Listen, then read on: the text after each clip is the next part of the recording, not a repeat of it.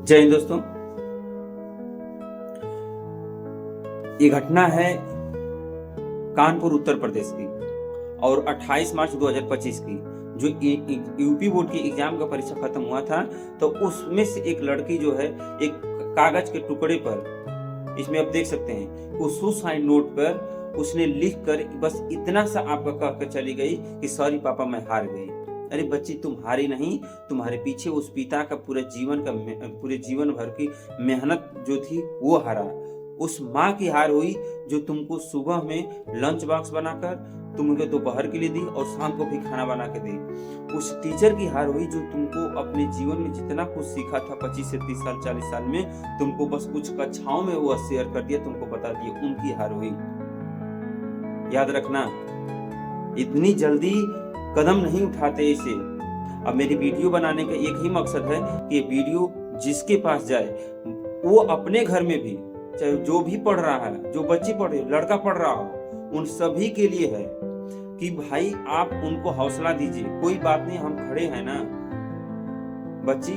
और एक बात और, जो तुम इसको लिख कर चली जाती हो लोग कि बस सॉरी पापा, सॉरी मम्मी, हार गई, तो याद रखना कम से कम 6 महीने तक उसको 6 महीने तक विश्वास नहीं होगा कि जिस कमरे में तुम सोती थी, जहां से तुम आती थी, उसको विश्वास नहीं होता है कि हमारी बच्ची चली गई है। इतनी जल्दी इस तरह कैसे चली गई? अरे हमने सब कुछ दिए थे जी, तुम कैसे चली गई? याद रखना, उसको कभी विश्वास नहीं होता है। जिस उम्र में तुमको हर चीज देने की क्षमता रखता है, उस उम्र में तुम उसको छोड़ के चले जाओगे, वो 6 महीने तक उस दरवाजे को, उस रास्ते को देखते रहता है कि जिस रास्ते से आती जाती हो लोग। बस एक ही बात कहना चाहेंगे, जो तुम सारी दुनिया को जीतने की उम्मीद रखती हो, सारी दुनिया को जीतने के लिए हौसला रखती हो, तुम एक बंद कमरे में कैसे हार सकती हो?